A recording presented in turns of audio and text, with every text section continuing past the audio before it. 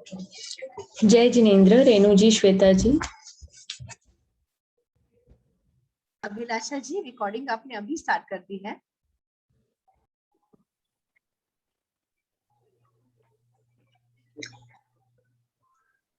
सभी को सादर जय जिनेन्द्र।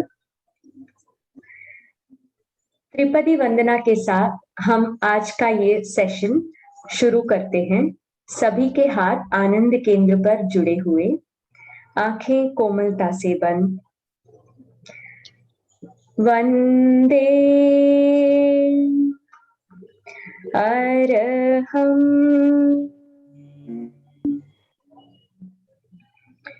वंदे गुरुवरम वंदे सत्यम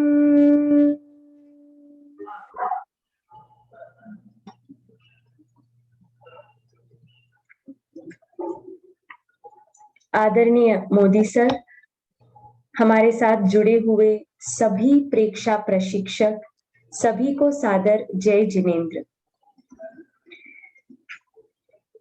भिक्षु विचार दर्शन आचार्य श्री महाप्रज्ञ जी की एक कृति है। जब मैं उसे पढ़ रही थी तो मैंने 2 वाक्य पढ़े। बुद्धि जिनारी जानिए जे सेवे जिन धर्म, और बुद्धि किन कामरी जो पड़िया बांधे कर्म। इसका भावार्थ है कि वही बुद्धि सराहने योग्य है जो धर्म के आचरण में लगे, मुक्ति का मार्ग ढूंढे। वह बुद्धि व्यर्थ है जिससे बंधन बढ़ता है। तो हम सब के लिए ये एक बहुत ही आत्मतोष का विषय है कि हमारी बुद्धि का नियोजन हमने कुछ ऐसा सीखने में किया है जो हमारे लिए मुक्ति का मार्ग ढूंढ सकता है। हम सब इसमें एक साथ जुड़े हुए हैं और इसके लिए हम सब अपने स्वयं के लिए एक बार ओम अरहम कह सकते हैं। आज की इस सेशन में लेवल 2 के अध्ययन के क्रम को आगे बढ़ाते हुए हम 2 बहुत ही इंटरेस्टिंग टॉपिक्स आगे सुनने वाले हैं आज की क्लास में। प्रेक्षा ध्यान, आधार और इतिहास। प्रेक्षा ध्यान की उपसंपदा। हम प्रेक्षा ध्यान के बारे में बहुत कुछ सुनते हैं और समझने की कोशिश भी करते हैं, पर साथ में आज के सेशन में जो हम सुनने वाले हैं वो बहुत ही महत्वपूर्ण होगा, क्योंकि प्रेक्षा ध्यान का आधार क्या है, प्रेक्षा ध्यान कहां से कैसे यह हीरा निकल कर हमारे सामने आया, यह जानना जरूरी है। प्रेक्षा ध्यान किस आधार पर खड़ा है, प्रेक्षा ध्यान की उपसंपदाएं क्या है, जीवनचर्या में क्या बदलाव आने चाहिए, ये सारे इंटरेस्टिंग प्रश्न आज की इस ट्रेनिंग सेशन में हमारे सक्षम ट्रेनर्स आपके सामने प्रस्तुत करेंगे। तो आज की क्लास को आगे बढ़ाने से पहले एक जरूरी जानकारी के लिए मैं आमंत्रित करना चाहूंगी हमारी प्रेक्षा प्रशिक्षिका रेणु जी बैद। जय जिनेन्द्र। सभी को एक इम्पोर्टेंट इंफॉर्मेशन ये शेयर करनी थी सभी के साथ कि अब आगे से जो भी मंडे को हमारी क्लास होगी वो मंडे को 8 to 9 ही यथासंभव होगी। तो सब लोग प्लीज उस अनुसार अपने टाइम को मैनेज करें और एक फिक्स टाइम हमने कर दिया है Monday 8 to 9 PM। Thank you. Thank you Renu ji. आगे की क्लास में अब हम प्रेक्षा ध्यान के आधार और इतिहास के बारे में सुनेंगे। हमारे प्रेक्षा प्रशिक्षक श्री विमल जी गुनेचा दिल्ली से। विमल जी गुनेचा हमारे प्रेक्षा ध्यान के बहुत ही सक्षम प्रेक्षा प्रशिक्षक हैं। इन्हें हम अधिकतर 7 से 8 सुबह जो योग आसन का क्रम चलता है उसमें हम देखते हैं, और इनकी एक बात हम सबको भी अच्छी लगती होगी पर मुझे बहुत अच्छी लगती है जो वो उस सेशन में बताते हैं कि योग करते समय भी चेहरे की मुस्कुराहट बनी रहे। तो इसी तरह मुस्कुराते हुए हम इस सेशन को भी सुने। उससे पहले आप सबको बताना चाहती हूँ कि विमल जी गुनेचा प्रवक्ता उपासक भी हैं। Yoga and science of living में आपने एमए किया है और आप एमए के प्रशिक्षण के कार्य की देखरेख भी कर रहे हैं, और यूट्यूब चैनल पर जैसे सुबह 7 से 8 योगासन का क्रम आपका चलता है, और पिछले कई वर्षों से आप प्रेक्षा ध्यान से जुड़े हैं और निरंतर अपनी सेवाएं दे रहे हैं। तो आपका स्वागत है। मैं आमंत्रित करती हूँ विमल जी सर आगे के सेशन के लिए। ओम अर्हम वंदे गुरुवरम, वंदे गुरुवरम। अपने विषय को बिना किसी भूमिका के आगे ले जाता हूँ, कोशिश कर रहा हूँ। मनुष्य के पास में विवेक चेतना है और तर्कशील मस्तिष्क है। उसके आधार पर वो सबकी आवश्यकताएं पूरी हो जाए, इसके लिए कुछ मूल्यों का निर्धारण करता है, कुछ मानदंडों का निर्धारण करता है ताकि सबकी व्यवस्थाएं ठीक चले। और इससे क्या है कि समाज की व्यवस्थाएं भी सुव्यवस्थित होती है और साथ में पारस्परिक विश्वास और सौहार्द भी बना रहता है। मगर सभी की कह सकते हैं कि आत्मा तो समान है सब में, मगर साथ में कर्म शरीर भी है और उसके साथ में गुण अवगुण भी है। तो उसके कारण कभी गुण हावी होते हैं और कभी अवगुण हावी होते हैं व्यक्ति के ऊपर। और इस क्रम में व्यक्ति कई बार बहुत स्वार्थी बन जाता है, अनैतिक बन जाता है, अप्रामाणिक बन जाता है। और समय समय पर महापुरुष लोग जो है वो समाज को दिशा देने के लिए अपना कुछ क्रम करते रहते हैं, अपने प्रयास करते रहते हैं। वो भांपते हैं कि समाज किस दिशा में जा रहा है, समाज सही दिशा में जा रहा है तो और गति बढ़नी चाहिए, इस दिशा में वो काम करते हैं। और समाज अगर ठीक दिशा में नहीं जा रहा है, कोई गलत दिशा है, तो किस प्रकार उसको दिशा पर लाया जाए, व्यक्ति व्यक्ति को ठीक किया जाए, इस प्रकार का क्रम चलता रहता है। और एक ये अनवरत श्रेणी क्रम चलता रहता है। और मैं ये बात नहीं करूंगा कि भाई कहाँ से कौन कौन महापुरुषों ने ये काम किए। मैं बात कर रहा हूं आचार्य तुलसी की। 1947 में, उससे पहले जब देश की आजादी के लिए सब लोग संघर्षरत थे, प्रयास कर रहे थे और सबका एक ही लक्ष्य था कि देश आजाद होना चाहिए। और उस समय ऐसा नहीं है कि कई प्रकार की समस्याएं नहीं थी, कोई भाषावाद नहीं था, प्रांतवाद नहीं था, अस्पृश्यता नहीं थी, जातिवाद नहीं था, सांप्रदायिकता नहीं थी। इस प्रकार के सब कुछ थे, कुरूड़ियां सब कुछ था। मगर क्योंकि सबका एक उद्देश्य उस समय था, सबका एक लक्ष्य था कि देश आजाद होना चाहिए और सबके प्रयास उसी के लिए थे। तो ये जो कुरूड़ियां, ये जो समस्याएं थी, एक प्रकार से कुछ दबी हुई थी, आवृत हो गई थी, गौण हो गई थी, मुख्य रूप से सामने नहीं आ रही थी।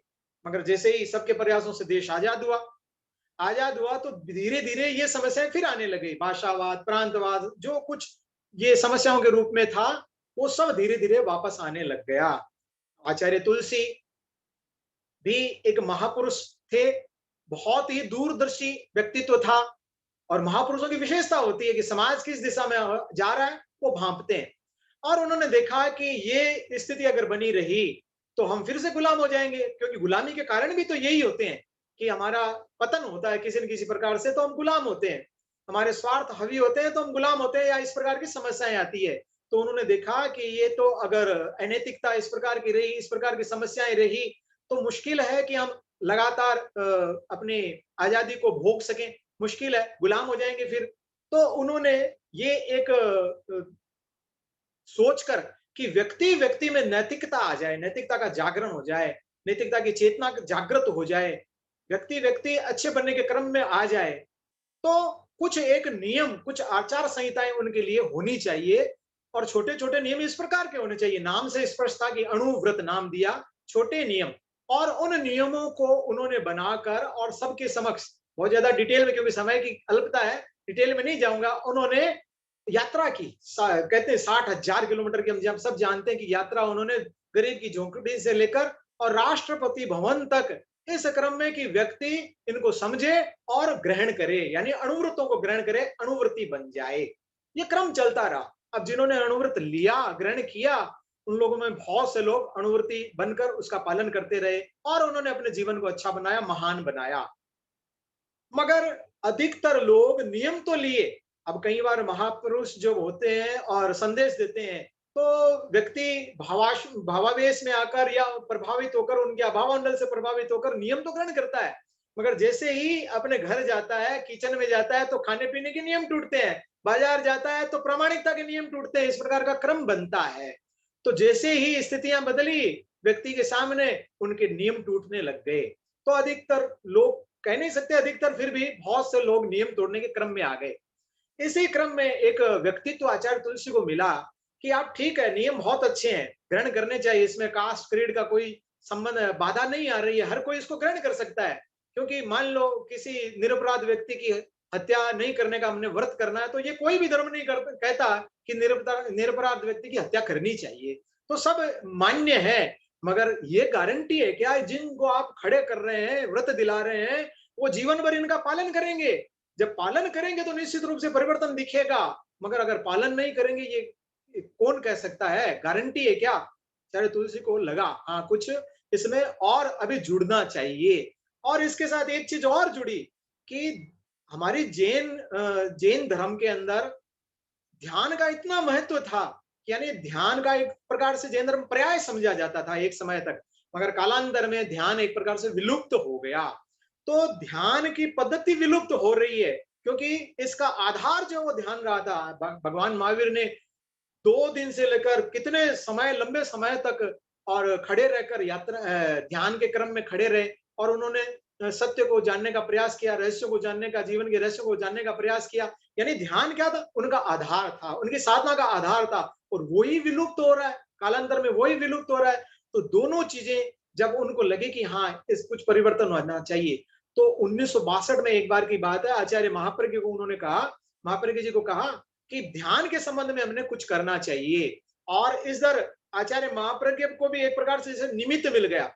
ध्यान उनकी जब दीक्षा हुई तो पहले दशक में उन्होंने ध्यान नहीं किया, उनका मन नहीं लगता था, मगर दूसरे दीक्षा के दूसरे दशक से उनमें ध्यान की प्रवृत्ति बन गई, और धीरे धीरे उनका ध्यान, जब ये बात हो रही थी उस समय तक वो 3-3 घंटे नियमित रूप से ध्यान करते थे। तो ये ध्यान का क्रम शुरू किया, उन्होंने कई ग्रुप बनाए और योग वहन, योग वाहिता का क्रम बनाया, एक ग्रुप बनाकर उन पर कई अन्वेषण, अनुसंधान किए कि इस प्रकार का जो ग्रुप है, यानी ध्यान करने वाला है, इनमें क्या परिवर्तन आ रहा है, जो ध्यान नहीं कर रहा है उनमें क्या परिवर्तन आ रहा है। तो इस प्रकार एक नियमों को पालन कर सकें, यानी जो संकल्प हम ले रहे हैं उन पर दृढ़ रह सकें, इस प्रकार का एक क्रम होना चाहिए।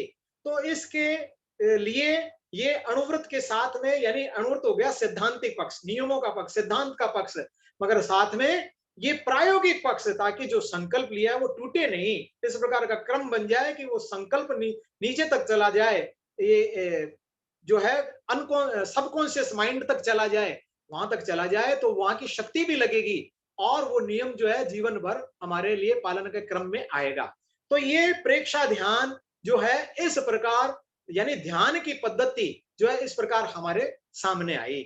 और फिर आचार्य तुलसी के निर्देशन में निरंतर रूप से शिविर लगते रहे, जिसमें बहुत से राजनेता, बहुत से जो विद्वान लोग हैं, शिक्षक हैं, इस प्रकार के कई लोगों के अलग अलग ग्रुपों के अंदर शिविर लगे, और उसके बाद में इसके क्रम को मतलब और बढ़ाकर व्यवस्थित किया गया, पूरी तरह से व्यवस्थित करके, और 1975 में जो है इसका नामकरण किया प्रेक्षा ध्यान के रूप में। पहले नाम नहीं था, ध्यान का क्रम चल रहा था मगर नाम नहीं था। मगर जब देखा कि नाम क्या रखना चाहिए, तो क्योंकि ध्यान का मूल है देखना, और देखने से संबंध में 2 शब्द हमारे आगमों में मिलते हैं, विपश्यना और प्रेक्षा। तो आचार्य तुलसी ने के समक्ष इस प्रकार की बात जब रखी, तो उन्होंने समाधान के रूप में बताया कि भाई विपश्यना तो क्योंकि बौद्धों की ध्यान पद्धति पहले से प्रचलित है, इसलिए वो नाम नहीं रख सकते, इसलिए अपना नाम जो है प्रेक्षा ध्यान के रूप में हमारे सामने आया। अब इसका आधार क्या है? तो दार्शनिक दृष्टिकोण से अगर देखें तो इसका आधार जो है वो है हमारा द्वंदात्मक अस्तित्व। हमारा जो अस्तित्व है दो तत्वों के संयोग से बना हुआ है। एक तत्व है चेतन यानी जीव और एक तत्व है अचेतन यानी शरीर। ये दोनों तत्व मिलकर यानी हमारा जीवन बना हुआ है, हमारा अस्तित्व बना हुआ है। अब ये दो क्यों है? तो इसका कारण भी यही है कि आत्मा भी अभिव्यक्त होने के लिए शरीर के साथ रहती है। शरीर के बिना उसकी अभिव्यक्ति नहीं हो सकती, शरीर के बिना उसी की किसी प्रकार की प्रवृत्ति अभिव्यक्ति नहीं हो सकती। उसको शरीर चाहिए अभिव्यक्त होने के लिए। तो शरीर का साथ मिलता है तो आत्मा जो है अभिव्यक्त होती है। तो हमारा एक प्रकार से ये दो तत्वों का संयोग है हमारा जीवन, हमारा अस्तित्व, यानी द्वंदात्मक अस्तित्व है। अब जो द्वंदात्मक अस्तित्व यानी जो आस्तिक लोग हैं वो मानते हैं कि आत्मा है, शरीर उससे अलग है, शरीर यानी नश्वर है, एक दिन समाप्त हो जाने वाला है समय आने पर, मगर आत्मा जो है वो हमेशा हमेशा रहने वाली है। वो हमेशा थी, हमेशा है, यानी अभी भी है और हमेशा रहने वाली है। अब कर्मों के साथ में है तो वो संसार के अंदर है, और कर्मों से अलग अलग हो गई, कर्म से बिल्कुल मुक्त हो गई तो वो सिद्ध शिला पर यानी सिद्ध के रूप में वो है, मगर आत्मा की जो अस्तित्व है वो हमेशा रहता है। अब ये जो आत्मा और शरीर का द्वंद्व जो हमेशा चलता रहता है, और इसके मध्य में क्या है, यानी अभी बात हो रही थी कि आस्तिक नास्तिक, तो नास्तिक लोग क्या मानते हैं? नास्तिक लोग शरीर को ही सब कुछ मानते हैं, उनके लिए आत्मा का स्वतंत्र अस्तित्व कुछ नहीं है। उनके लिए क्या है? शरीर है और श्वास है और मन है, बस इससे आगे और कोई क्रम नहीं है। मगर जो आस्तिक लोग हैं यानी जो आत्मवादी लोग हैं उनके लिए क्या है? उससे आगे चित्त और भाव भी है। यानी चित्त जो हमारे शरीर के साथ काम करने वाली हमारी चेतना की शक्ति है, और भाव यानी लेशिया के आगे का क्रम जो है वो भाव है। तो ये जो क्रम है यानी स्थूल से सूक्ष्म की ओर जाने का क्रम, यानी जो आत्मवादी लोग हैं उससे आगे यानी अपने चित्त को और भाव को भी मानते हैं, जो मन से आगे की चीज है, यानी मन का जो संचालन करने वाला जो तंत्र है वो क्या है? भाव है। तो इस प्रकार के क्रम में हम मानते हैं कि हमारा द्वंदात्मक अस्तित्व है, यानी जो द्वंद्व चलता है वो क्यों चलता है?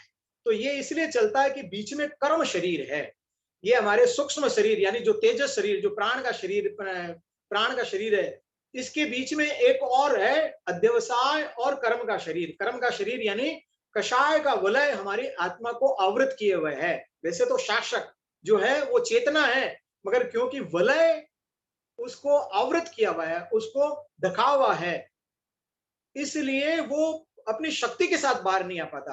वो चित्त के रूप में यानी एक क्षीण शक्ति के रूप में हमारे सामने आता है, मगर वो एक अपना स्वरूप तो रखता है, यानी चित्त जो है अपने स्वरूप में बाहर आता है, मगर उसकी शक्ति उतनी नहीं होती है, इसलिए वो जो है शरीर के प्रभाव में आ जाता है और शरीर की डिमांड जो है वो पूरी करता रहता है। तो प्रेक्षा ध्यान क्या करता है? प्रेक्षा ध्यान वो करता है कि वो एक प्रकार से हमारे चित्त को मजबूत बनाता है, उसको शक्तिशाली बनाता है, और उसकी शक्ति के कारण फिर हमारी विवेक चेतना जागती है, और विवेक चेतना जब जागती है तो कहने का मतलब है जो प्रवृत्ति तंत्र है हमारा, उसको जो डिमांड करता है वो कौन सी डिमांड माननी चाहिए और कौन सी डिमांड नहीं माननी चाहिए। तो इस क्रम में एक प्रकार की विवेक चेतना हमारी जो है जागृत होती है। इस प्रकार का हमारा प्रेक्षा ध्यान है। तो प्रेक्षा ध्यान जो है वो हमारी विवेक चेतना को जागृत करता है, और हम अपने अस्तित्व का अनुभव करते हैं, आत्मा का, चेतना का साक्षात्कार करते हैं। क्या कि और भी कह सकते हैं कि हमारी जो ये प्रेक्षा ध्यान की साधना है, इसका जो आधार है वो जैन दर्शन कह सकते हैं, और भगवान महावीर की साधना है, और संवर और निर्जरा की साधना है। क्योंकि ये जो हमारी साधना है ये जैन तत्व विद्या में जो नौ तत्ववाद है उसका एक बहुत बड़ा आधार है। उसका आधार क्या है कि बंध यानी ये कहने का मतलब है बंध है, दुख है, और दुख के कारण है। दुख का कारण क्या है? आश्रव है। आश्रव को अगर रोक दें तो दुख का कारण समाप्त हो सकता है, और उसके लिए क्या चाहिए? संवर और निर्जरा। और उसके कारण जब हमारी आत्मा अपने स्वरूप में आ जाती है तो हमें मोक्ष की प्राप्ति होती है। तो इस प्रकार का ये आधार कह सकते हैं हमारे अस्तित्व का जो हमारा जो द्वंद्वात्मक अस्तित्व है, ये इसका आधार है। और जैन दर्शन इसका आधार है, और भगवान महावीर की साधना जो है वो इसका आधार है, और संवर और निर्जरा इसका आधार है। मैं समझता हूँ जितना समय मेरे को मिला मैंने अपनी प्रस्तुति देने का प्रयास किया, शायद मैं विषय के साथ न्याय कर पाया। ओम अरहम। ओम अरहम। बहुत बहुत आभार आपका सर, आपने सुंदर सरल भाषा में बहुत अच्छी तरह से हम सभी को इस विषय के बारे में समझाया। आपका बहुत आभार। प्रेक्षा ध्यान केवल ध्यान करना ही नहीं, बल्कि उसके साथ साथ जीवन में कई परिवर्तन भी आते हैं। तो वे परिवर्तन जीवनचर्या में जो आते हैं वे प्रेक्षा ध्यान की उपसंपदाएं हैं। वे परिवर्तन यदि हम अपने जीवन में लाएं तभी हम प्रेक्षा ध्यान की सही साधना कर पाते हैं। तो आइए आगे श्री गौतम जी गादिया सूरत से हम उनसे जानते हैं कि प्रेक्षा ध्यान की उपसंपदाएं क्या हैं और उन्हें हम कैसे अपने जीवन में ला सकते हैं। गौतम जी गादिया लेवल 2 प्रेक्षा ध्यान के ट्रेनर हैं। जीवन विज्ञान में आपने एमए भी किया है। आप प्रवक्ता उपासक हैं और सूरत में लेवल 1 के प्रशिक्षकों को तैयार करने के काम में आप कार्यरत हैं। आपका स्वागत है गौतम जी सर आगे के सेशन के लिए। ओम के बाद मनस्काय श्री बीरस स्वामी नमः, श्री बीरस स्वामी नमः। आराध्य देव के श्री चरणों में कोटिस वंदना। प्रेक्षा प्रणेता आचार्य श्री महाप्रज्ञ जी के चरणों में कोटिस वंदना। तेरापन के महासूर्य महातपस्वी शांति दूत आचार्य श्री महासमण जी के चरणों में कोटिस वंदना। इस वेबिनार में जुड़े हुए सभी को मेरी तरफ से हार्दिक जय जिनेंद्र। आज का जैसे विषय बताया गया है प्रेक्षा ध्यान की उपसंपदाएं। प्रेक्षा उपसंपदा का अर्थ है, उप का मतलब होता है पास में रहना, संपदा का अर्थ है संपत्ति। तो प्रेक्षा ध्यान में संपदा के पास आना, जैसे गृहस्थ के लिए संपत्ति आवश्यक होती है, उसके बिना काम चलता नहीं है, वैसे ही प्रेक्षा ध्यान में उपसंपदा है, ये प्रेक्षा ध्यान में अति आवश्यक है। इसको करने से ही अपने प्रेक्षा ध्यान में अच्छी तरह से आगे बढ़ सकते हैं। प्रेक्षा ध्यान की उपसंपदा में 4 उपसंपदा है, वो अपने मानसिक तैयारी की है, और 5 उपसंपदा है वो जीवन की समग्र जीवन की सूत्र है, शैली सूत्र कह सकते हैं उसको। जो 4 उपसंपदा है जो मानसिक तैयारी करते हैं, जब प्रेक्षा ध्यान का शिविर लगता है तो वहाँ सभी जो शिविरार्थी आते हैं उनको 4 उपसंपदा की दीक्षा दी जाती है, ताकि वो वहाँ उसके मानसिकता वहाँ बनी रहे और वो काम कर सकते। जैसे पहले उपसंपदा है अबुट ओमी आराहणाय। इसका अर्थ है कि मैं संकल्प करता हूँ कि प्रेक्षा दान के लिए मैं आया हूँ और प्रेक्षा दान को मेरे को आगे बढ़ना है। दूसरा है मग्गम समगामी, मतलब मैं आध्यात्मिक मार्ग के चलने का संकल्प करता हूँ। तीसरा इसके अंदर है सम्मतम पवजामी, मैं आत्मदर्शन की अनुभूति करने के लिए प्रेक्षा ध्यान शिविर में उपस्थित हुआ हूँ। और लास्ट में संयमम समझामी, मैं आध्यात्मिक अनुभव को प्राप्त करने के लिए इस उपसंपदा को उपसंपदा को स्वीकार करता हूँ। इस तरह से ये 4 उपसंपदा है, ये मानसिक तैयारी के लिए है, ताकि कभी शिविर में जाते हैं तो अपन मानसिक तैयारी रहे। अब इसके अलावा 5 जो उपसंपदा है वो अपने पूरे समग्र जीवन की उपसंपदा कह सकते हैं उसको। वैसे जैसे प्रेक्षा ध्यान शिविर में तो उसको उपयोग करना, इसको पालन करना अनिवार्य है, लेकिन इसको अगर अपने जीवन में उतारते हैं तो अपने जीवन इसके अच्छा जीवन बन सकता है। जीवन की जो समस्याएं हैं उसमें दूर हो सकती है। अपने इसके द्वारा करने से अपने अंदर भीतर जो आनंद है, स्वास्थ्य है, सुख है, भावना, ये सब प्राप्त कर सकते हैं। इससे न केवल अपना शारीरिक विकास होगा, इससे मानसिक, भावनात्मक और आध्यात्मिक भी विकास इसके द्वारा संभव है। तो अपने इसको पालन करेंगे तो अपने जिंदगी के अंदर सफलता भी प्राप्त कर पाएंगे। और इसके द्वारा साथ में अपने जीवन में मूल्य है, जैसे सरलता है, जैसे अपने सम्मान की भावना है, संतोष की भावना है, ये सारे जो मानवीय जो गुण है वो भी अपने अंदर विकसित हो सकते हैं और अपने आखिर अपने अंदर एक अच्छा हैप्पीली लाइफ को भी अपने बिता सकते हैं। ये उपसंपदा बहुत ही आवश्यक है। तो 5 उपसंपदा है जो जीवन से जुड़ी हुई है। उसमें पहली उपसंपदा है भाव क्रिया, दूसरी इसमें है प्रतिक्रिया विरति, तीसरी है मैत्री, चौथी है मित आहार और पांचवी है मित भाषण। तो थोड़ा मैं संक्षिप्त में आपको एक एक उपसंपदा बताऊंगा। पहले उपसंपदा है भाव क्रिया। भाव क्रिया दो सबसे जुड़ी हुई है, भाव प्लस क्रिया। भाव का अर्थ होता है चेतना या कंसेस, जो चेतना है वो भाव है और क्रिया है एक्शन। तो कोई भी क्रिया अपन भाव क्रिया मतलब चेतना के साथ कुछ क्रिया करते हैं वो भाव क्रिया होती है। वैसे क्रिया 2 प्रकार की होती है, एक द्रव्य क्रिया, एक भाव क्रिया। कुछ क्रिया ऐसी होती है जो अपन कर रहे हैं लेकिन अपना मस्तिष्क के अंदर कभी कल्पना आ रही है, कभी अपने स्मृति में जा रहे हैं, कभी कहीं और जा रहे हैं। तो क्रिया तो अपन कर रहे होते हैं लेकिन वो द्रव्य क्रिया कहलाएगी। और अगर अपना मन, चित्त, आत्मा, वाणी सब एक साइड में डूब जाते हैं तो उसको अपन कह सकते हैं ये अपने भाव क्रिया हो रही है। तो अपने अगर भाव क्रिया करते हैं तो अपने काम, कोई भी काम करते हैं तो वो ज्यादा सफल होता है। कहते हैं कि भाव क्रिया से काम करने वाला 80% चांसेस सफलता के मिलते हैं और जो द्रव्य क्रिया करते हैं उनको सफलता के चांस 20% होते हैं। इस तरह से अपन भाव क्रिया से अपन सफलता प्राप्त कर सकते हैं। तो भाव क्रिया के भी 3 आयाम हैं। पहला है वर्तमान में रहना आदमी, दूसरा है जानते हुए करना, तीसरा है सतत अप्रमत्त रहना। पहला है वर्तमान रहना। अपन परीक्षा ध्यान में सिखाते हैं कि जो भी काम कर रहे हो उस काम में अपना मन लगाओ, उसमें ध्यान लगाओ। ये है वर्तमान में रहना। अपन जो भी अगर अपना फ्यूचर बनता है वो भी वर्तमान पे डिपेंड है। वर्तमान के आसार के ऊपर ही फ्यूचर बनता है आपका, इसलिए वर्तमान अच्छा होना चाहिए। कहते भी है past is history, future is mystery, today is gift, so it is called present. आज अपन को जो गिफ्ट मिला है, जो मिला है काम करने के लिए, उसको अपन उपयोग करते हैं तो ये अपने लिए प्रेजेंट है, ये अपने लिए गिफ्ट है। तो अपन को जो भी काम करना है वो अपने मन वर्तमान के साथ रहें। अच्छा, वर्तमान में रहते हैं तो अपने राग द्वेष भाव कम आएंगे, विचार भी कम आएंगे।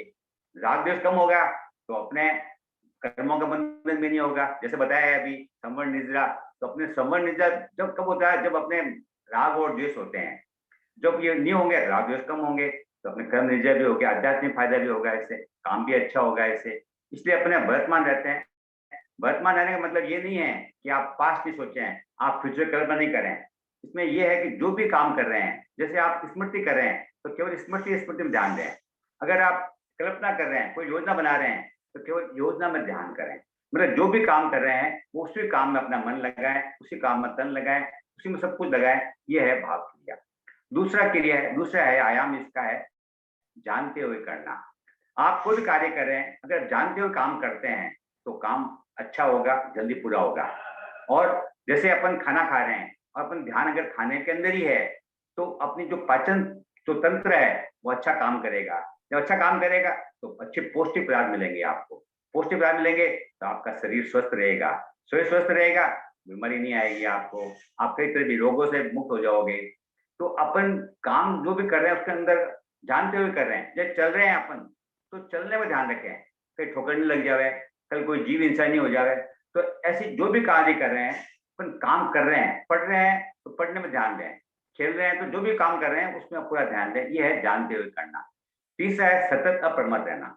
इसका मतलब ये है कि आप जो भी आपका जो ध्येय है, जो आपने बनाया, काम करने के लिए बनाया है, उसके ऊपर ही ध्यान देने का है। सतत अप्रमत्त, हमेशा आपको उसके जो अपना लक्ष्य है उसके ऊपर जागरूक रहना। जैसे पैसा ध्यान का लक्ष्य क्या है?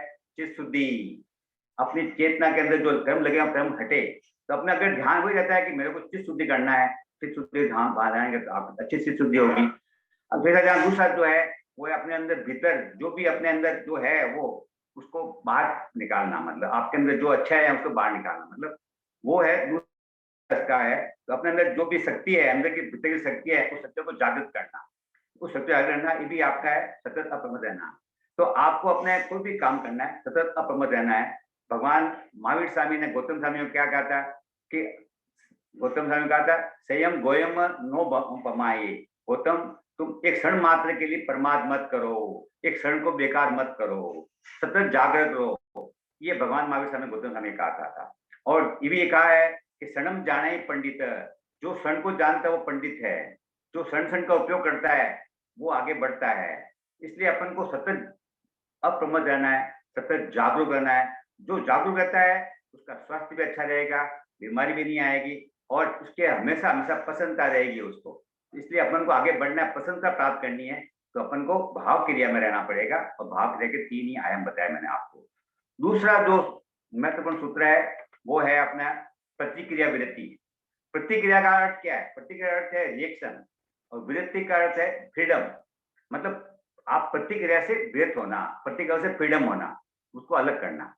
अपन देखते हैं आज के टाइम जब देखते हैं कि अपन क्रिया कम करते हैं, प्रतिक्रिया ज्यादा करते हैं। तो प्रतिक्रिया करते हैं तो कोई अपन को कह दिया, अपन एकदम गुस्से में आ जाते हैं, भय में आ जाते हैं, इससे में आ जाते हैं। इस तरह से अपन प्रतिक्रिया करते रहते हैं, जबकि अपन को क्रिया करनी चाहिए थी। तो जब प्रतिक्रिया करते हैं इसका मतलब क्या हुआ कि आप कठपुतली बनते हैं किसी की। आप वो जो जैसे नचाते हैं वैसे आप नाच रहे हो, तो अपन को कठपुतली नहीं बनना है, प्रतिक्रिया से फ्रीडम करनी है। इसका अर्थ ये नहीं है कि प्रतिक्रिया करे ही नहीं। जब अपने ऊपर कोई श्रद्धा को डिगाने वाला हो, कोई अपने धर्म के ऊपर आंच लगाने वाला हो, तो प्रतिक्रिया करना भी अच्छा रहता है। उस समय प्रतिक्रिया करनी भी चाहिए। उस समय अगर विरोध नहीं करेंगे तो आगे आगे अपने को श्रद्धा डिगाने की कोशिश करेंगे। तो अपन को प्रतिक्रिया करनी है, नेगेटिव प्रतिक्रिया नहीं करनी है, पॉजिटिव प्रतिक्रिया करनी है, जिससे अपन को आगे इसका पॉजिटिव प्रतिक्रिया लाभ मिलता है। ऐसी प्रतिक्रिया अपन को करनी चाहिए। एक जोधपुर घटना बताता हूँ आपको। बहुत समय पहले की बात है कि अपने तेरापंथ धर्म का बहुत जगह विरोध होता था, काफी जगह विरोध होता था। तो आचार्य श्री जोधपुर में पधारे थे उस समय। तो जोधपुर के लोगों ने उसका विरोध किया। विरोध के अंदर उन्होंने पैम्पलेट छपा दिए और उसमें अनगिनत बातें लिख दी उसके ऊपर, और लिखकर उसको सड़क के ऊपर चिपका दिया सारा उन्होंने। अब आचार्य श्री जब दूसरे पढ़ा रहे थे, उन्होंने देखा तो उन्होंने कहा कि जोधपुर के सेवक कितने अच्छे हैं कि मैं नंगे पाँव चल रहा हूँ, सड़क गर्म होती है तो मेरे को गर्म नहीं लगे, इसके लिए उन्होंने पेपर बिछाए हैं। ये है पॉजिटिव प्रतिक्रिया। नेगेटिव प्रतिक्रिया उन्होंने पॉजिटिव प्रतिक्रिया की है। तो पॉजिटिव अगर अपन प्रतिक्रिया करेंगे, प्रतिक्रिया नहीं करेंगे तो आपका मैत्री भाव सबसे बढ़ेगा, दुश्मनी नहीं होगी, आप हमेशा पसंद रहेंगे तो अपने शरीर में बीमारी नहीं आएगी, अपन स्वस्थ रहेंगे। तो ये और आनंद पूर्वक मिलेगा, अपन को हैप्पीनेस मिलेगी। तो इस तरह से प्रतिक्रिया करेंगे और करनी है तो पॉजिटिव प्रतिक्रिया करें, कुछ रुक कर करें, एट द टाइम प्रतिक्रिया न करें, बाद में भी कर सकते हैं इसके लिए। तो अगर बाद में करेंगे तो इससे अपने अंदर उसका इतना असर नहीं होगा और अपने क्षमता का, इसलिए अपने क्षमता का विकास करें। और प्रेक्षक ध्यान में ये सिखाते हैं प्रतिक्रिया नहीं करनी है।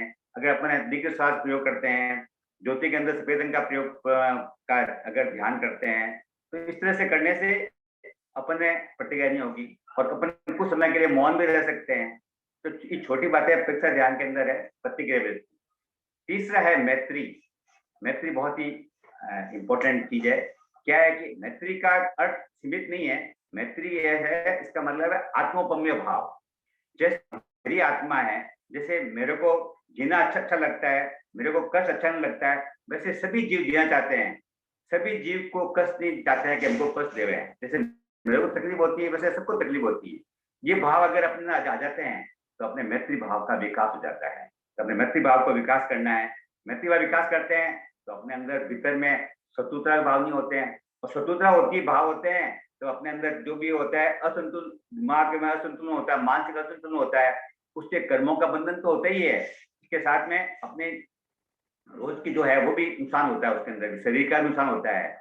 तो प्रतिक्रिया न करें तो अपने हैप्पीनेस रहेगी, अपने खुश रहेंगे अपने इसके अंदर, और खुश रहेंगे, हैप्पीनेस रहेंगे तो अपनी बीमारी, डायबिटीज, ब्लड प्रेशर, मैं कहता हूँ जितने भी आ रहे हैं उसका कारण ये कि नेगेटिव प्रतिक्रिया कारण से उनको नेगेटिव भाव होते हैं, किसी के प्रति भय के भाव होते हैं, ईर्ष्या के भाव होते हैं, गुस्सा के भाव होते हैं, उस कारण से उनको बीमारी आती है। तो अपन बीमारी से दूर रहेंगे और अपने जो जीवन शैली है वो एक अच्छी जीवन शैली बन सकती है। तो प्रतिक्रिया मित्रता, सबको मित्रता करनी है। मित्रता होनी चाहिए कैसे? जैसे दूध और पानी जैसा। जैसे दूध और पानी में मिलाते हैं तो एक में हो जाते हैं, मालूम नहीं पड़ता दूध कहाँ है पानी कहाँ है। वैसी मित्रता सबसे होनी चाहिए। मित्रता में अगर अपना स्वार्थ भाव नहीं होना चाहिए कि कोई लेने की भावना हो, उससे मित्रता करें, तो मित्रता लंबा टाइम चलने वाली नहीं है वो। जैसे सुदामा और कृष्ण भगवान थे, कितनी अच्छी मित्रता थी उनकी। कृष्ण भगवान को कोई लालच नहीं था, लेकिन उन्होंने सुदामा को कितना आदर दिया, सत्कार दिया। वैसी अपनी मित्रता सबके साथ होनी चाहिए, हर प्राणी के साथ मित्रता होनी चाहिए। ये अपने करते हैं, अपने अंदर कर्मबंधन नहीं होगा, अपने अपने ये सोचेंगे सबका भले ही हो, सब जीव सुखी हो, ये अगर सोचेंगे उसमें अपना सुख भी शामिल हो जाएगा। ऐसा अपन मित्रता भाव बढ़ाएं सारे इसके अंदर, और इससे अपने चेहरे प्रसन्नता रहेगी, भाव अच्छा रहेंगे और अपने कर्मों से बंधन होंगे। चौथी है, वो है इम्पोर्टेंट है, वो है मित्र आर। मित्र का मतलब होता है मतलब परिमित, या अपने कह सकते हैं उसको सीमित आर। सीमित मतलब सीमित आर करें, आर तो सीमित आर करना है। अब ये सीमित आर करना है, अपन पहले सोचे हैं कि अपने आप को आर क्यों करने का, आर क्यों करते हैं। जैसे कोई यंत्र चलाने के लिए ईंधन चाहिए, उसके लिए चाहिए, वैसे ही अपने शरीर को चलाने के लिए ईंधन है या आर है, उसके लिए आवश्यकता होती है आर। और शरीर को स्वस्थ रखना अच्छा है, तो जरूरी है, क्योंकि शरीर के द्वारा ही अपन साधना कर सकते हैं, शरीर के द्वारा ही अपने जो कर्मों में लगे हुए आत्मा के ऊपर कर्मों को समाप्त कर सकते हैं। इसलिए अपने को शरीर को स्वस्थ रखना जरूरी है। तो इसका अच्छा से कहा भी था, शरीर माध्यम खलु धर्म साधनम। शरीर ही धर्म करने का माध्यम है। तो अपन को शरीर को स्वस्थ रखना है, अच्छा रखना है, इसके लिए अपन को आहार करना जरूरी है। अब आहार करना है, अब आहार के लिए क्या करें, कैसे करें, कब करें, कितना करें, इसके बारे में थोड़ा चिंतन करना चाहिए कि आहार जरूरी है, करना पड़ेगा, आपको करना चाहिए, लेकिन कैसा आहार करना चाहिए। तो पहले है क्या खाएं अपन। तो अपन ने जैसे आहार कई तरह के होते हैं, सात्विक होता है, तामसिक होता है, राजसिक होता है।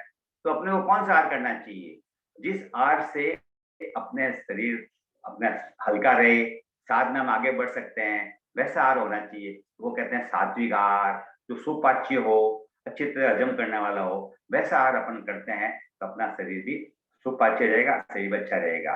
तो अपन को ऐसा आहार करना है जिससे सुपाच्य हो। जैसे अपने आहार के अंदर फल फ्रूट ले सकते हैं, दूध ले सकते हैं, अपने सब्जी ज्यादा ले सकते हैं, और ऐसे लेने से अपने जो आहार के अंदर जो अपने शरीर के लिए आवश्यकता है, विटामिन, प्रोटीन, लवण जो अच्छे आवश्यक, उसके लिए वही आहार ले हैं। तो ऐसा होता है कई लोग मैंने खाते हैं कि टेस्ट के लिए खाते हैं, कि अपनी जीभ के टेस्ट के लिए खाएं, लेकिन वो अपने एक बार तो खा अच्छा लगेगा, लेकिन आखिर पेट में वो गड़बड़ करेगा, आपको बीमारी पैदा करेगी, गैस पैदा करेगा, एसिड पैदा करेगा। तो अपन को ऐसा आहार करना चाहिए जो सात्विक हो, सुपाच्य हो, अच्छा हो और जल्दी हजम करने वाला हो, वैसा आहार अपन को करना चाहिए। दूसरा है कब खाएं, ये बहुत इंपॉर्टेंट है। कब खाएं, क्या अपन दिन भर खाते रहते हैं, खाना चाहिए? नहीं। जब अपने भीतर आमाशय के अंदर पाचन रस आ जाते हैं, इसका मतलब है कि आपको भूख लगेगी। जब भूख लगती है तब थोड़ा आहार करना चाहिए। आहार करने के बाद में करीब 3 से 5 घंटे तक आहार अपने आमाशय में रहता है और पाच्य हो जाता है वो सारा। तो उसके बाद में फिर वो आगे बढ़ता है, आगे मतलब छोटी आंत बड़ी आंत आगे जाता है वो। तब तक उसको अपन को आहार नहीं करना चाहिए, ताकि क्या पुराना आहार से एक बार आगे चला जाए, फिर वापस पाचन रस वापस आमाशय में आते हैं, फिर अपन आहार करते हैं, तो वो आहार फिर अच्छा सुपाच्य अच्छा होगा। तो बार बार आहार ना करके कुछ गैप करके थोड़ा आहार करें, तो वो अपने लिए फायदेमंद होगा आपको लिए। और अपन जब आहार करते हैं तो रात के समय में पाचन शक्ति मंद हो जाती है। जब सूर्य की रोशनी होती है तो पाचन शक्ति अच्छी होती है। तो अपन को सूर्य की रोशनी में आहार करते हैं तो अपना आहार जल्दी हजम हो जाता है, अच्छा हजम हो जाता है। और रात को भी अपन सोएंगे तो आपका पानी भी पीना जा सकता है, सब हो सकता है। तो अपन कोशिश करें कि शाम को रात सूर्य अस्त के पहले अपने शाम का आहार कुछ ले जाए। ये अपने आहार के बारे में है। अब कितना खाएं, अब कितना खाएं ये भी है, किसी अलग अलग खुराक है, किसी खुराक ज्यादा हो सकती है, किसी खुराक कम हो सकती है।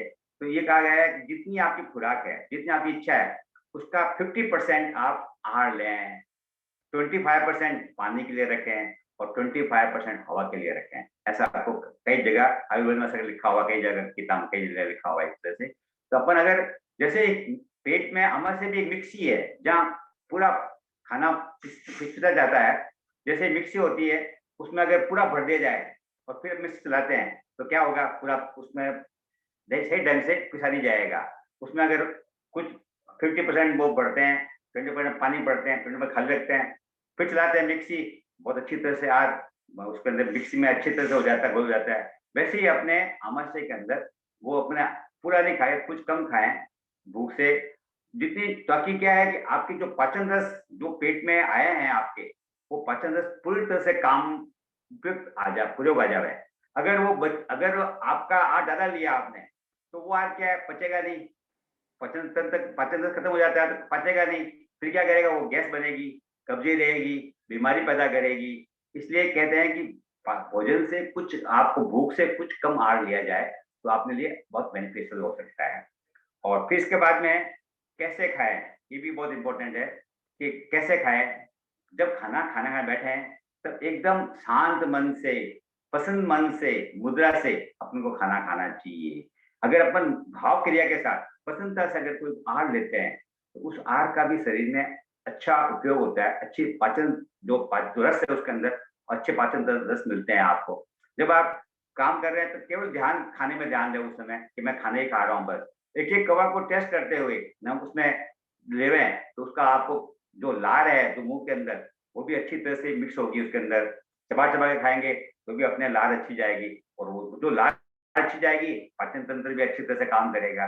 तो अपन को बिल्कुल धीरे धीरे शांत मन से एकदम भाव क्रिया के साथ में आहार करना चाहिए, चबा चबा कर आहार करना चाहिए। आहार करते समय अपन को ध्यान रखना है, कुछ बातों का ध्यान रखेंगे कि अगर अपन दांतों का काम है वो हाथों को नहीं करना पड़े, मतलब चबा चबा खाना है। और ज्यादा ठंडा या ज्यादा गर्म आहार भी शरीर के लिए फायदेमंद नहीं है। जितना आहार अपने रूम टेम्परेचर के हिसाब से लेते हैं तो वो ज्यादा बेनिफिशियल हो सकता है। तो अपन को ज्यादा ठंडा ज्यादा गर्म आहार भी नहीं करना चाहिए। खाते समय मौन रहना चाहिए। कई लोग बातें करते हैं, मोबाइल पे कर सकते हैं, टीवी देखते हैं और भी कुछ बातें कर रहे हैं, तो मौन रह के काम करते हैं तो अच्छा होता है। क्योंकि अपने भीतर जो श्वास नली है और जो भोजन नली है, इसके ऊपर वाल एक ही होता है। अपन बात करते हैं तो वो वाल है वो भोजन नली में चला जाता है, जब भोजन करते हैं तो वो वाल आपस श्वास नली में चला जाता है। इस तरह से अगर अपन दोनों काम साथ करेंगे तो हो सकता हो कभी आपका भोजन करते करते वो श्वास नली में चला जाए भोजन आपको, तो तकलीफ प्रॉब्लम हो सकती है, कुछ भी हो सकता है उसके अंदर। तो अपन को जल्दी मौन होकर एकदम शांत मन से आहार करना चाहिए। और भोजन के साथ में पानी नहीं पीना चाहिए, मतलब थोड़ा सा घूट ले सकते हो आप। पानी आपको आधा घंटा पहले ले लीजिए या 1 घंटा बाद ले लीजिए। आप पूछेंगे पानी क्यों नहीं पीना चाहिए? पानी इसलिए पीना चाहिए, जब अपन पाचन रस जो पेट में आमाशय में जो आया है वो पानी पीने से वो डाइल्यूट हो जाता है, मतलब पतला हो जाता है, वो फिर अपना पूरा काम नहीं कर पाता है। इसलिए आहार करते समय पानी अपन को पहले पी लेना चाहिए या 1 घंटे बाद पी लेना चाहिए, ताकि आपका खाना अच्छी तरह से अच्छा होगा और आपको भी इसका खाना अच्छा पचेगा आपको। और दूसरा है कि जब अपन को भी शारीरिक क्रिया कर रहे हैं, जैसे व्यायाम किया, जैसे आपने योगा किया, जस्ट तत्काल बाद खाना नहीं खाना चाहिए, तो रुक के करें ताकि आपका सेट हो जाए तो काम, पूरा शरीर बॉडी सेट हो जाए, उसके बाद में आपको खाना खाना चाहिए। और बाकी कुछ बात उससे जैसे सफेद 3 चीजें कहते हैं, शक्कर है, नमक है, मैदा है, ये कम खाना चाहिए। बेमेल चीजों का नहीं खाना चाहिए। सबको पता है क्या खाना है क्या नहीं। बाकी चीजें हैं जो फास्ट फूड है उसको भी नहीं खाना, कम नहीं खाना चाहिए। ठीक है, कभी थोड़ा सा कभी टेस्ट कर सकते हैं, बाकी मैं तो मना करता हूँ, नहीं खाना चाहिए। तो बाहर की चीजें नहीं खाएं, घर की चीजें खाएं। अभी कोरोना टाइम है तो और घर का आइटम लें तो और ज्यादा अच्छा है। इस तरह से अपना अगर ध्यान रखें आहार के अंदर तो। और दूसरा है अपने पेट साफ रहना चाहिए। जब भी इच्छा होए पेट साफ रहे अपना। पेट साफ रहेगा, मन साफ रहेगा, जैसे खाएंगे वैसा होगा मन। और आहार के से अगर तामसिक आहार खाएंगे गुस्सा ज्यादा आएगा, ज्यादा वो आएगा। सात्विक आहार खाएंगे गुस्सा नहीं आएगा, ध्यान में अच्छा मन लगेगा, शरीर भी हंस खुश रहेगा, आप हर काम अच्छी तरह कर पाएंगे, जीवन में सफलता मिलेगी, खुश रहेंगे। तो ये छोटा सा मैंने आप आहार के बारे में बताया, आपको बीमारी नहीं आएगी। और 5वां जो बहुत महत्वपूर्ण है वो है आपका मित भाषण। मित मतलब वही बताया मैंने, परिमित या सीमित। भाषण मतलब बोलना, परिमित सीमित बोलना। अब पूछते हैं कि कम क्यों बोलना चाहिए, परिमित क्यों बोलना चाहिए, ये कह सकते हैं आप। परिमित बोलना मतलब ये, जब हम बोलते हैं एक शब्द बोलने के लिए कितने अपने अवयव काम करना पड़ता है, मस्तिष्क काम करना पड़ता है, स्वरयंत्र काम करना पड़ता है, होठ को, मुंह के जीभ को, सभी को काम करना पड़ता है, तब जाके एक शब्द निकलता है मुंह से आपके। तो इतना जब अवयव काम करना मतलब आपको वाइटल फोर्स है, वाइटल एनर्जी है, जो प्राण शक्ति है वो आपकी बोलने में लगती है। तो अपन ज्यादा बोलेंगे तो ज्यादा एनर्जी खर्च होगी, जब अपन तेज बोलेंगे तो ज्यादा तेज एनर्जी खर्च होगी। और अपन समाज में रहते हैं, परिवार में रहते हैं, ये भी नहीं हो सकता है कि 24 घंटे मौन रहे, ये संभव नहीं है। तो अपन क्या कर सकते हैं, जितना अनावश्यक नहीं बोलें, जो जरूरी है उतना बोलें, और धीरे से बोलें, धीरे से बोलें, जोर से नहीं बोलें, तो आप एनर्जी खर्च नहीं होगी और आपका उस पर अच्छा प्रभाव भी पड़ेगा। तो इसलिए आपको अनावश्यक नहीं बोलना। अच्छा, ऐसे कहते हैं अनावश्यक नहीं बोलना भी एक तरह से मौन ही है, एक तरह से आप तो वो भी आपका एक तरह से मौन ही होता है। तो अपन को अनावश्यक नहीं बोलना है। दूसरा इसके अंदर है अपन को जो विवेकपूर्ण बोलना, कि आप जो बोल रहे हैं वो क्या बोल रहे हो, उसको विवेक होना चाहिए। क्या भी गया है कि तीर का घाव तो ठीक हो सकता है, लेकिन वाणी का घाव ठीक नहीं होता है। आपने देखा महाभारत कैसे हुआ, खाली एक द्रौपदी ने एक लाइन बोली, आपको अंधे के बेटे अंधे होते हैं और पूरा महाभारत हो गया। तो ये भाषा विवेक से नहीं बोलने के कारण से ऐसा हुआ है। तो अपन को विवेकपूर्ण बोलना है, क्यों बोल रहे हैं उसके अंदर मेरे क्या असर पड़ेगा, मैं क्यों बोल रहा हूँ, जरूरी बोलना है। अगर सोचें इस बारे में तो अपने अच्छी तरह से विवेकपूर्ण बोल सकते हैं। और फिर है मधुर बोले। आप बोलते हैं अच्छा बोलना है, मधुर बोलना चाहिए। मधुर मतलब प्यारा, अच्छे से शांति मन से।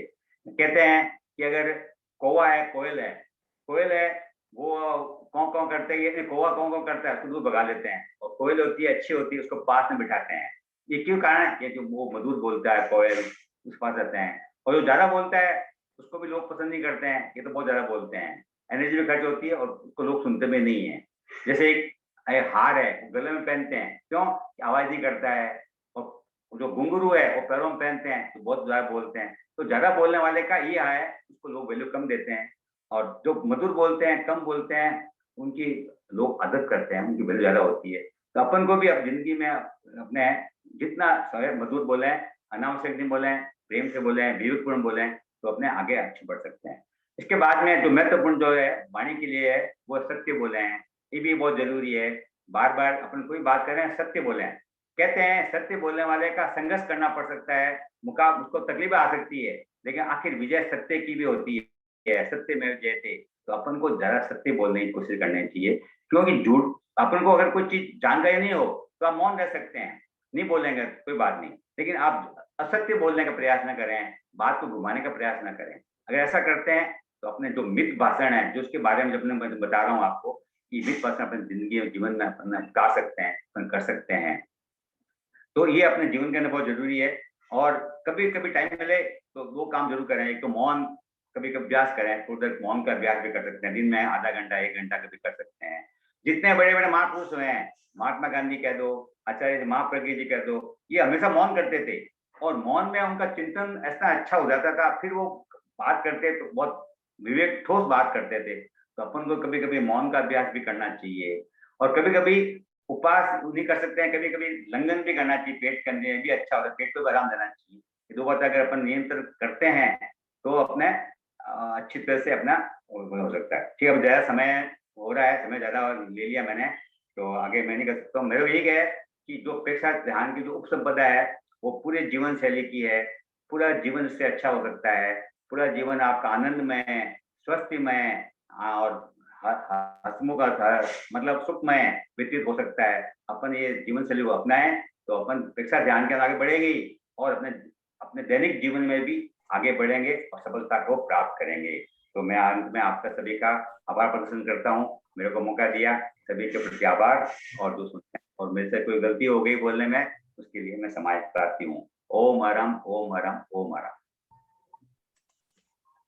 ओम अरहम सर, आपने जिस जोश से और जितनी सरलता से इस विषय का सुंदर विश्लेषण किया है, उसके लिए आपके प्रति बहुत बहुत आभार। प्रेक्षा ध्यान की उपसंपदा के विषय के बारे में प्रेक्षा पर्यवेक्षक मुनि श्री कुमार श्रमण जी ने भी अपनी पीएचडी की थीसिस इसी विषय पर की थी और इस थीसिस को ग्रुप में भी शेयर किया गया था। तो शायद काफी लोगों ने इसे पढ़ा होगा और उस उपसंपदा विषय का बहुत ही डिटेल विवेचन उसमें किया गया है। हमारे दोनों ट्रेनर्स ने अपने विषय की प्रस्तुति बहुत ही सुंदर तरीके से हम सबके सामने प्रस्तुत की है। इन्हीं विषयों पर कुछ और अपने रिव्यूज और अपने विचार प्रस्तुत करने के लिए अनुरोध करती हूँ मोदी सर, आदरणीय मोदी सर।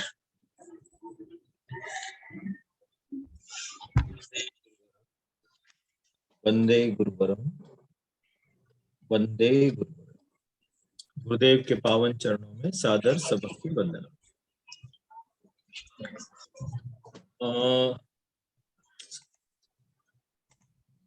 एक तो जो भी अपने ट्रेनर्स जो भी लेवल 1 की या इस लेवल 2 की क्लास ले रहे हैं, टाइम का उनको ध्यान रखना इसलिए जरूरी है क्योंकि उनको आगे जाके और भी कई जगह वक्ता के रूप में प्रस्तुत होंगे, तो कहीं उनको ऑर्गेनाइजर को टोकना ना पड़े, इसलिए थोड़ा सा वो अपने विषय को टाइम के अंदर मैनेज करें। और अपने यहाँ भी जो भी क्लास हो, चाहे कोई भी क्लास में हो, तो जो भी कोऑर्डिनेट कर रहे हैं वो उसको पर्सनल मैसेज से 2 मिनट पहले एक कोई भी मैसेज कर दें ताकि वो टाइम से पूरा हो।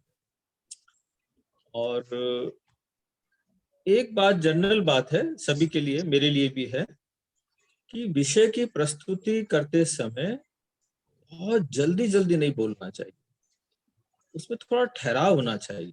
और वैसे भी ध्यानी व्यक्ति की तो वाणी में, चलने में, बैठने में, हर चीज एक संयम के साथ, ठहराव के साथ होना चाहिए। तो बोलते समय भी बिल्कुल बहुत ज्यादा धीमे भी नहीं और बहुत ज्यादा जल्दी भी नहीं, ठहर ठहर कर बोलने से शब्द सामने वाले तक एकदम क्लियर तरीके से पहुंचते हैं। थोड़ा इसका भी हम सबको ध्यान रखना चाहिए। और विमल जी ने जो आधार बताया, प्रेक्षा ध्यान का दर्शन, प्रेक्षा ध्यान चूंकि जैन दर्शन पर आधारित ध्यान पर, तो ये आस्तिकवाद के दर्शन को मानता है, और आस्तिकवाद का दर्शन द्वंद्वात्मक अस्तित्व पर टिका हुआ है। लेकिन प्रेक्षा ध्यान का जो प्रायोगिक पक्ष है उसका आधार ये 3 है। तो इसमें यदि जब भी हम आधार की बात करेंगे तो द्वंद्वात्मक अस्तित्व की एक चैप्टर अलग है। मूलतः प्रेक्षा ध्यान का जो प्रायोगिक पक्ष है उसके 3 आधार है, जैसे जैन दर्शन, भगवान महावीर की साधना और संवर और निर्जर। तो दोनों ही वक्ताओं ने बहुत सुंदर प्रस्तुति दी, इसलिए उनका ये आभार। और अब मैं कुछ क्वेश्चंस आए हुए हैं तो मैं एक एक करके ले लेता हूँ। पहला क्वेश्चन है, चंदा जी का क्वेश्चन है कि हम सब बताते हैं कि प्रेक्षा ध्यान संवर और निर्जरा की साधना है। उनका ये कहना है, ये बात हमारे लाडनू शिविर में भी डिस्कस हुई थी, कि संवर त्याग बिना नहीं होता। उनका ये कहना है कि संवर त्याग बिना होता ही नहीं है। ऐसा थोड़ा तत्व ज्ञान में उनको थोड़ा और पढ़ना होगा। त्याग से संवर होता है, लेकिन त्याग से ही संवर होता है ऐसी बात नहीं। बाहर से देखें तो त्याग करना जरूरी है, लेकिन बहुत ही गहरी दृष्टि से देखें तो त्याग इसलिए किया जाता है कि भीतर की जब आसक्ति जोर मारती है, मोह की चेतना जोर मारती है, तो उसके कारण हमारे मन वचन काया के योग में चंचलता आती है। तो हम हमारे भीतर से मोह की चेतना, आसक्ति की चेतना डिमांड करे, यदि हमारे त्याग होगा तो हम क्या करेंगे, त्याग की स्मृति करके उस आसक्ति से, आसक्ति जो हमको भोग की प्रेरणा दे रही है उससे हम बच जाएंगे त्याग के कारण। इसलिए त्याग का बड़ा महत्व है। लेकिन ध्यान में तो आसक्ति ही धीरे धीरे कम होती जाती है, मोह चेतना ही कमजोर पड़ जाती है। इस दृष्टि से त्याग से भी बड़ी साधना ध्यान की साधना है, जहां मूल पर चोट की जाती है, आसक्ति पर चोट की जाती है, मोह पर चोट की जाती है। तो जहां तक कर्म बंधन का संबंध है, जिस व्यक्ति की आसक्ति नहीं है उसके फिर त्याग है या नहीं है उसका कोई प्रश्न ही नहीं है, उसके कर्म बंधन ही नहीं होता, क्योंकि आसक्ति नहीं है। मतलब मूल स्रोत ही खत्म हो गया, जो कि चंचलता पैदा करने वाला था, भोग की तरफ ले जाने वाला था, वो कारण ही खत्म हो गया। तो अब जैसे वीतराग भगवान है, वीतराग भगवान को त्याग नहीं करते हैं, लेकिन उनके कोई आसक्ति की चेतना, मोह की चेतना, ये है ही नहीं। जब है ही नहीं तो वो कर्म बंधन का हेतु ही खत्म हो गया। इस दृष्टि से त्याग का अपना महत्व है, लेकिन ध्यान द्वारा अब दूसरी दृष्टि से, एक तो ये मैंने बताया कि आसक्ति धीरे धीरे कमजोर होती, जितनी जितनी आसक्ति कमजोर होती है, मूल कारण खत्म होता है, तो कर्म बंधन का हेतु खत्म होता है। कर्म बंधन का एक बड़ा हेतु है मन वचन काया की चंचलता। जब ध्यान में हम जाते हैं तो हमारी मन वचन काया की चंचलता 90%, किसी किसी के 80%, किसी के 90%, किसी के 99% समाप्त हो जाती है।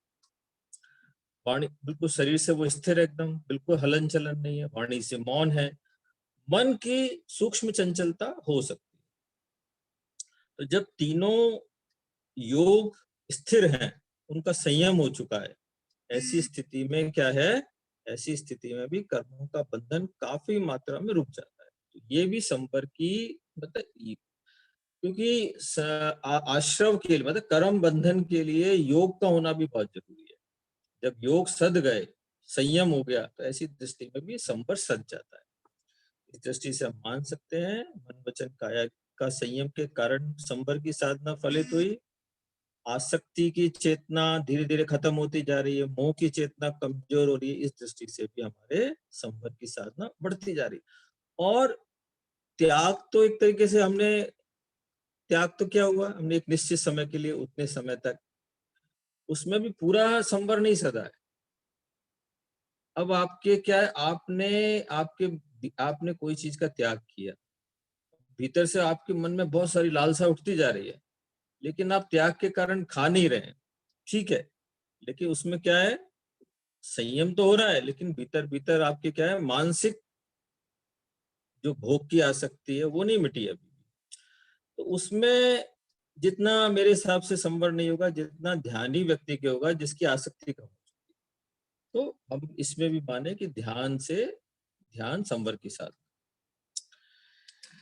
और इसके बाद अगला प्रश्न है, मंत्र परीक्षा में हम ऊपर से नीचे आते हैं, जबकि हमें बताया जाता है कि हमको नीचे से ऊपर जाना है, शक्ति केंद्र से ज्ञान केंद्र की यात्रा।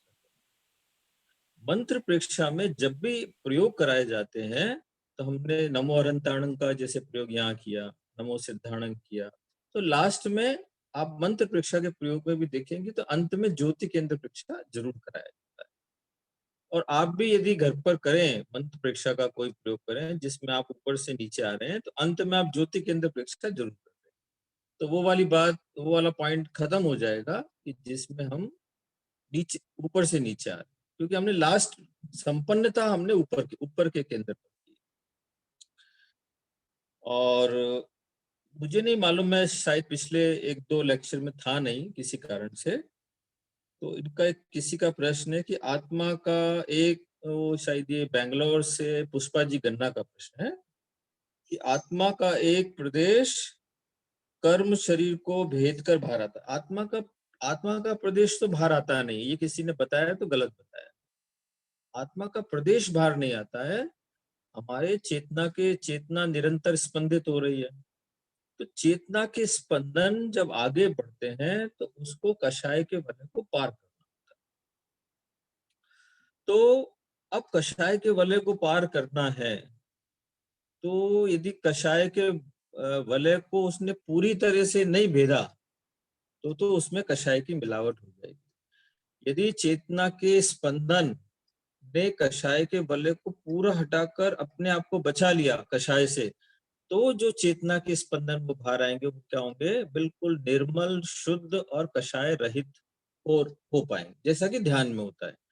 ध्यान में हम कैसे होते हैं, राग द्वेष मुक्त अवस्था में। ऐसी अवस्था में क्या है, उस समय जो हमारी चेतना है वो क्या है, आत्मा का कोई प्रदेश बाहर नहीं आ रहा है, लेकिन जो चेतना है, चेतना की जो स्पंदन बाहर आ रहे हैं, चेतना आ रही है, वो क्या है, वो कषाय के वलय को भेद कर आ रही, अपने आप को कषाय से बचा कर आ रही।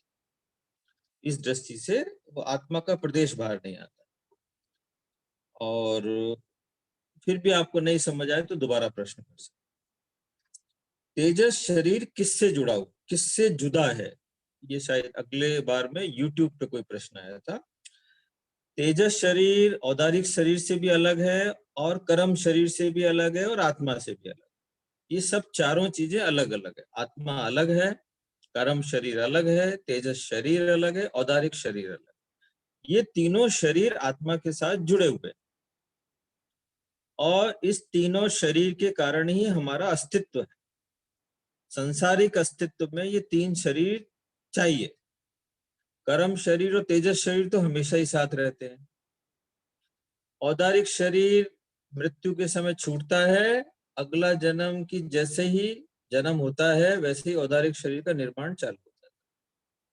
तो ये चारों अलग अलग है। आत्मा अलग, कर्म शरीर अलग, तेजस शरीर अलग, औदारिक शरीर, लेकिन सब जुड़े हुए। अब ये तीनों शरीर से मुक्ति कब मिलेगी?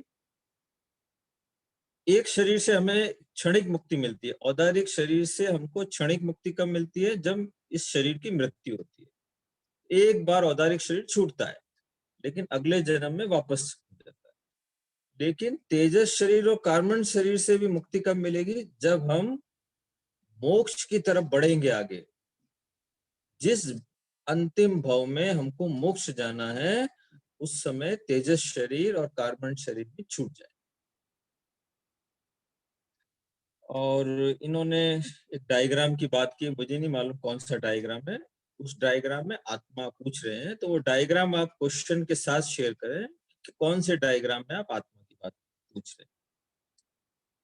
एक चंदा जी का प्रश्न है, एक उन्होंने गुरुदेव का चित्र शेयर किया है जिसमें गुरुदेव के हाथ यहाँ पर। तो ये शरण सूत्र के समय हाथ नहीं है। अब ये तो क्या है कि गुरुदेव ने पता नहीं किस कारण से हाथ ऐसे जोड़े होंगे और उस समय उनका पोज ले लिया गया है। तो ध्यान में जब शरण सूत्र बोलेंगे तो हमारे दोनों हाथ आनंद केंद्र पर। लेकिन अब हम भी कई बार शरण सूत्र बोलते हैं तो दोनों हाथ यहीं रखते हैं। लेकिन यदि हम कई बार बहुत ज्यादा भक्ति में हो तो हाथ यहाँ तक भी कर लेते हैं, यहाँ भी कर लेते हैं, यहाँ भी कर लेते हैं, यहाँ भी कर लेते हैं। तो जैसे किसी को नमस्ते करना है तो ये पता नहीं उस समय जैसा भाव होता है, जैसा शरीर का पोज बनता है वैसा बन जाता है। तो ये गुरुदेव का जो चित्र है वो किस समय का है ये पता तो नहीं है, लेकिन ध्यान के समय का। ध्यान के समय शरण सूत्र बोलते समय आनंद केंद्र पर ही दोनों हाथ रखते। ध्यान के प्रकार दो दृष्टि से आपको पूछे जा सकते हैं। एक भाव की दृष्टि से, भाव की दृष्टि से आर्त ध्यान और रौद्र, मतलब शुभ ध्यान, जैसे मतलब भावों की दृष्टि से ध्यान। आर्त ध्यान और रौद्र ध्यान तो क्या है? ये अशुभ भाव की ध्यान है, इसमें हमारे अशुभ भाव होते हैं। और धर्म ध्यान और शुक्ल ध्यान क्या है? ये हमारे पवित्र, जिस समय हमारी चेतना पवित्र होती है, भाव निर्मल होते हैं, तो वो धर्म ध्यान और शुक्ल ध्यान। आर्त ध्यान, रौद्र ध्यान, ये चार जो प्रकार है वो भावों की दृष्टि से चार प्रकार। यदि आलम्बन की दृष्टि से देखा जाए, प्रयोग की दृष्टि से प्रकार पूछे जाए तो हम पहले दो प्रकार करते हैं, सालंबन, निरालंबन। फिर सालंबन के प्रकार हैं पदस्थ, पिंडस्थ, रूपस्थ और रूपातीत। ये आलंबन के चार प्रकार है। पदस्थ मतलब कोई पद के ऊपर ध्यान करना, नमो अरहंताणं, या कोई भी मंत्र के साथ कर रहे हैं तो ये पदस्थ ध्यान। पिंडस्थ ध्यान है शरीर के, जैसे शरीर परीक्षा करते हैं या हम चैतन्य केंद्र परीक्षा करते हैं, ये पिंडस्थ ध्यान है। रूपस्थ ध्यान है किसी रूप का ध्यान करना, जैसे हमने ज्योति केंद्र पर भगवान महावीर की मूर्ति का साक्षात्कार कर रहे हैं, ये रूपस्थ ध्यान। रूपातीत ध्यान है जिसमें केवल गुणों का ध्यान, गुणों का साक्षात्कार। हमारा कोई रूप नहीं है हमारे सामने, लेकिन हम सिद्ध स्वरूप का अनुभव कर रहे हैं। भीतर हम अनुभव कर रहे हैं जैसे हम सिद्ध हैं, जैसे हम अरहंत हैं। इस टाइप से अपने भीतर गुणों का अनुभव करना, ये रूपातीत ध्यान है। और फिर आ गया निरालंबन ध्यान। निरालंबन ध्यान में कोई आलंबन नहीं, उस समय निर्विकल्प निर्विचार, आलंबन रहित, शरीर मन और वाणी से परे, ये जो स्थिति है वो निरालंबन। क्योंकि जब तक हम शरीर, वाणी और मन को पूर्णतः नहीं छोड़ेंगे तो आलंबन नहीं छूटेगा। आलंबन कब छूटेगा? जब हम शरीर से परे चले जाएंगे तो आलंबन छूट जाएगा। और अगला प्रश्न है, कर्मों का जो रस है, कर्मों का जो फल कैसे देगा, शरीर में कैसे प्रकट होगा कर्मों का रस? तो वो अंतःस्रावी ग्रंथि के माध्यम से प्रकट होगा। जैसे कषाय तंत्र को क्रोध का भीतर से कर्म उदय में आया और उसको क्रोध का रस शरीर तक पहुंचाना है, तो कैसे पहुंचाएगा? लेश्या बनेगी, भाव बनेगा, भाव से फिर एंडोक्राइन ग्लैंड्स को आदेश होगा, फिर एड्रिनल ग्लैंड से सीक्रेशन होगा, क्रोध का रसायन पैदा होगा, न्यूरोट्रांसमीटर बनेंगे और शरीर मन वाणी से क्रोध का एक्शन होगा। तो जितने भी कर्म हैं तो उनको जब शरीर पर नर्वस सिस्टम को प्रभावित करना है, मन वचन काया तक पहुंचना है, तो किसके माध्यम से जाएंगे? एक 100% तो केवल ही कह सकते हैं, लेकिन मान के चले कि वो सारे कर्मों के रसायन हमारे एंडोक्राइन ग्लैंड्स के माध्यम से शरीर में अभिव्यक्त होते हैं। चेतना शासक है पर परतंत्र है। मतलब मूल में देखा जाए तो जो हमारा अस्तित्व है उसका जो मालिक है वो चेतन तत्व है, लेकिन वो परतंत्र है। परतंत्र क्यों है? कषाय के वलय के कारण वो परतंत्र। इसीलिए कहा जाता है ना कि हमारी चेतना स्वतंत्र है लेकिन पूर्ण रूप से स्वतंत्र नहीं। स्वतंत्र क्यों है? कि पूर्ण रूप से परतंत्र भी नहीं है। कषाय के वलय ने हमको प्रभावित कर रखा है। हम स्वतंत्र नहीं है लेकिन पूर्ण रूप से परतंत्र भी नहीं है। ऐसा नहीं है कि हम कषाय जैसा कहेगा वैसा ही हमको करना पड़ेगा। जो कषाय से बहुत ज्यादा प्रभावित है उनकी तो स्थिति 99% ये थी, जैसा कषाय उनको प्रेरित करते हैं वैसा वो व्यवहार करते हैं, चिंतन करते हैं।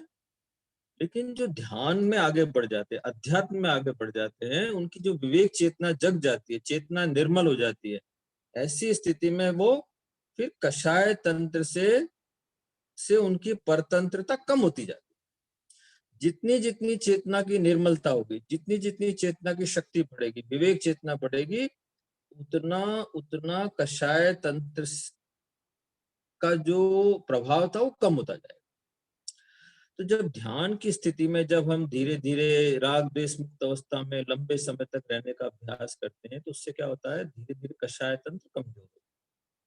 कषाय तंत्र कमजोर होने के बाद में अब चूंकि हमारे चेतना के स्पंदन को कषाय के तंत्र को पार करके आगे बढ़ना है, ऐसी स्थिति में क्या होगा? जितना जितना कषाय तंत्र कमजोर होगा उतने उतने चेतना के स्पंदन की निर्मलता बढ़ेगी, क्योंकि उसको विकृत करने वाला जो कषाय तंत्र है वो ही कमजोर हो गया। कमजोर आदमी हमको क्या प्रभावित करेगा? इसलिए जितना जितना कषाय तंत्र ध्यान से कमजोर होगा फिर चेतना के स्पंदन उतने उतने निर्मल होते जाएंगे, बढ़ते जाएंगे, और फिर भाव भी मंगलकारी होंगे। फिर तो एक स्थिति के बाद में जो ध्यान बहुत लंबे समय से कर रहा है, कई जन्मों से कर रहा है, एक जन्म की बात नहीं है, कई जन्मों से आध्यात्मिक साधना में है, ध्यान की साधना में है, राग द्वेष मुक्ति की साधना कर रहा है, फिर ऐसी स्थिति में मुझे ऐसा लगता है मैं बात कर रहा हूँ महान पुरुषों की बात कर रहा हूँ। महान पुरुषों के जीवन में जब वो कई जन्मों की साधना करते हैं उसके बाद में फिर उनको ध्यान भी करने की जरूरत नहीं।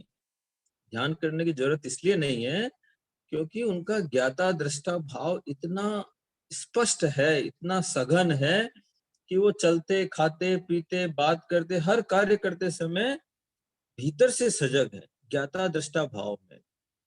ऐसी स्थिति में उनको बहुत ज्यादा ध्यान करे नहीं करे कोई फर्क नहीं पड़ता, क्योंकि वो दृष्टा है। कई लोग ये प्रश्न करेंगे कि आचार्य महाश्रमण जी तो सुबह 4 बजे से लेकर रात को 9 बजे तक काम में ही लगे रहते हैं। वो सिद्ध योगी है। ऐसे सिद्ध योगी के लिए ध्यान में बैठना भी जरूरी नहीं, क्योंकि वो हर समय ध्यान जैसी स्थिति में ही है, क्योंकि भीतर से सजग है, उनका चेतन सजग है, ज्ञाता दृष्टा भाव सजग है, और जो भी 18 पाप हैं उनकी, वो हर समय उनकी चेतना सजग है कि 18 पाप से दूर रहे। ऐसी स्थिति में जो साधक पहुंच जाता है, उसके लिए ना तो ध्यान की जरूरत है, वो करे जब ठीक है, नहीं करे तो भी ठीक है, क्योंकि वो हर समय जप में है, हर समय वो ध्यान। तो ये इनका जो प्रश्न है कि जैसे जैसे हमारी चेतना निर्मल होगी, भाव निर्मल होंगे, सजग हो जाएंगे। तो ये सारे जो प्रश्न थे मैंने ले लिया, आज समय भी हो गया है। क्या अभिलाषा जी संपन्न कर लें अपन? जी सर, यहाँ एक चैट बॉक्स में एक प्रश्न है, वो मैं आपको भेज दूंगी सर, ताकि आप देख सकेंगे बाद में। एक ही प्रश्न है तो बता दीजिए, इसी बार कर देते हैं। जी जी सर, एक प्रश्न है। सुधा जैन का प्रश्न है, अनिमेष चक्षु से वस्तु को देखें, विचार समाप्त हो जाएंगे, कैसे? देखिए क्या है, अनिमेष जब हम दृष्टि का संयम करते हैं तो वो भी एक तरह का आलम्बन हो गया। जैसे अनिमेष प्रेक्षा से हमने जब दृष्टि का संयम कर देते हैं तो सारा जो फोकस हो जाता है, शरीर और वाणी तो मौन है ही है, लेकिन मानसिक सारा फोकस उस बिंदु पर हो गया। ऐसी दृष्टि पे निर्विचारता भी आ जाती, अपने आप आ जाती, क्योंकि इतनी गहराई से हम उस बिंदु को देख रहे हैं, तो सारा मन की सारी शक्ति उस बिंदु पर एकाग्र हो जाती है। ऐसी स्थिति में धीरे धीरे हम निर्विचार हुए नहीं, लेकिन लगता है कि हम निर्विचार।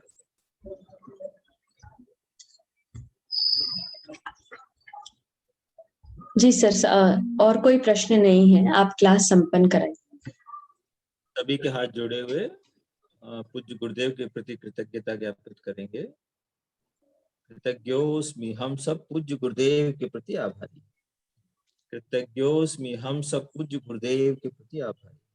हम सब कृतज्ञोस्मि, हम सब पूज्य गुरुदेव के प्रति आभारी। कृतज्ञोस्मि सर, हम सब आपके प्रति भी आभारी हैं।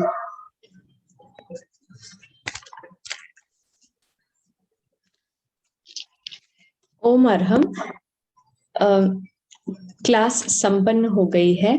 सभी ट्रेनर्स के प्रति बहुत आभार, जुड़े हुए सभी के प्रति ओम अरहम।